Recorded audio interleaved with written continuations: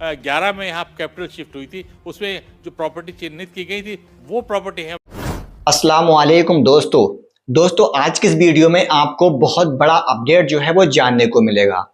जो पूर्व जज हैं उन्होंने बहुत बड़ा खुलासा किया है क्यूआर को लेकर।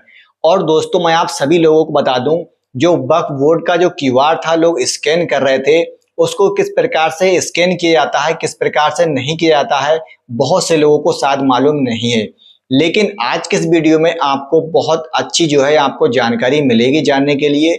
लेकिन उससे पहले हम आपको बता दें, अभी जो है वक्फ बोर्ड को लेकर यानी कि आज का जो कुछ टाइम बचा है, इसके बाद में जो है इसका रिजल्ट आने वाला है कि आखिर जो है क्या किया जाएगा और क्या नहीं। तो आपको इस चैनल के माध्यम से वो सारी अपडेट जो है वो जानने को मिलेगी। बस कुछ घंटे बाकी हैं, इसके बाद में जो है आपको सारा अपडेट जानने को मिल जाएगा कि क्या फैसला हुआ है और क्या नहीं। लेकिन आज के इस वीडियो में सबसे पहले आप इनका वीडियो देखिए, जो कि पूर्व जज हैं, इन्होंने बहुत बड़ा खुलासा किया है। इसके बाद में हम आगे बात करते हैं।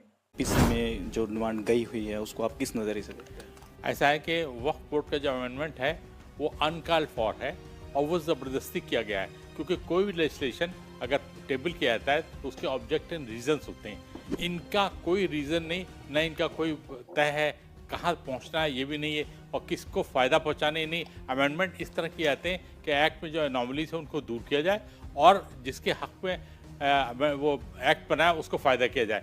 यहाँ ये उल्टा कर रहे हैं, ये चाहते हैं कि बिल्कुल उसको उसके जो बेनिफिट्स हैं जिनको मिलना है वो ख़त्म हो जाए और सारा एक्ट जो है सारी जो ज़मीन है वक्फ की वो नज़ूल की तरह हो जाए, जिस पर कि ये अपना आसानी से कर सके और डिस्ट्रिक्ट मजिस्ट्रेट को उसका इंचार्ज बना दे। सारा जो तरीका है, जो पावर्स हैं सीईओ की और जो ट्रिब्यूनल की पावर्स हैं वो सारी ख़त्म करके ये अपने अंडर में रखना चाहते हैं और डिस्ट्रिक्ट मजिस्ट्रेट को देना चाहते हैं, जिससे कि जब चाहे जितनी चाहे ज़मीन ले सके, जो चाहे उस पर कर सके। ये इनका इंटेंशन ही मेलाफाइड है। अगर इंटेंशन अच्छा होता तो ठीक भी था। इसलिए वक्फ का जो अमेंडमेंट है uncalled for, without any basis, arbitrary and illegal. Sir, क्योंकि आप जस्टिस हैं तो एक सवाल बहुत वाजिब हो जाता है आपसे कि देखा था हमने वक्फ बोर्ड ने दिल्ली हाई कोर्ट पर भी क्लेम किया था कि ये वक्फ की ज़मीन है। अब supreme court, Delhi high court, Delhi में आप देखें तो प्रधानमंत्री आवास भी, राष्ट्रपति भवन भी है। अब इन तमाम जगहों पर जो संवैधानिक लोग रहते हैं, अगर उन पर भी किसी तरह का वक्फ अगर क्लेम कर देता है तो ये तो हमारे भारत के लिए खतरा है। नहीं, वक्फ के क्लेम की कोई वो वैल्यू नहीं।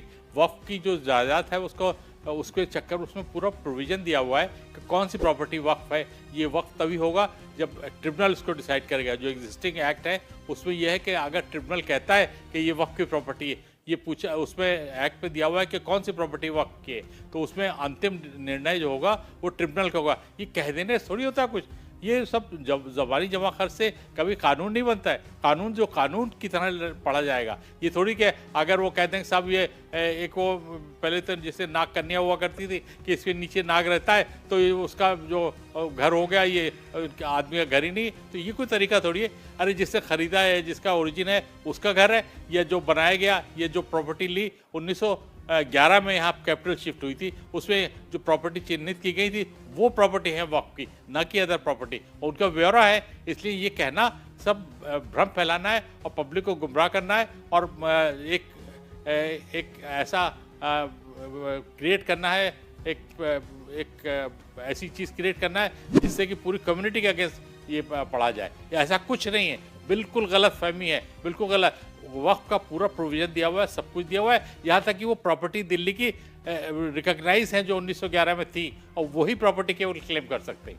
तो दिल्ली हाई कोर्ट जो है वो किस प्रॉपर्टी के अंतर्गत आता है वक्फ? अरे वो ऐसे थोड़ी देखा जाएगा किस प्रॉपर्टी के अंदर आता है। जो प्रॉपर्टी थी उसको देखा जाएगा, और अगर प्रॉपर्टी थी या वक्फ क्या इस्टेब्लिश होगा उसमें प्रोविजन है, उसका वक्फ ट्रिब्यूनल डिसाइड करेगा कि वक्फ दिल्ली हाई कोर्ट वक्फ की ज़मीन पे बनाए या नहीं बनाए। मैं तो बताया ना कि 113 प्रॉपर्टी उसमें 1911 में चिन्हित की गई थी जब वो आया था वहाँ। उसमें ओबराय होटल का जो किनारे वाला पोर्शन है उसमें ज़बरदस्ती जो कब्जा किया हुआ है, जहाँ पुलिस का वो है आदि मस्जिद बनी है, वो वक्फ प्रॉपर्टी है। और वक्फ की प्रॉपर्टी जो होगी उसमें सब पूरा वो दिया हुआ है, उसके गाटे दिए हुए हैं, उसका दिया हुआ है, क्योंकि रेवेन्यू लैंड का जो प्रोविज़न है वो अगर एग्रीकल्चर लैंड है तो खसरा खतौनी से होगा, और अगर अर्बन लैंड है तो उसका डिसीजन होगा नंबर से, बाउंड्री से। अगर वो सब कुछ है तो है, और नहीं है तो नहीं है। तो इसलिए ये कहना एक भ्रम फैलाना है और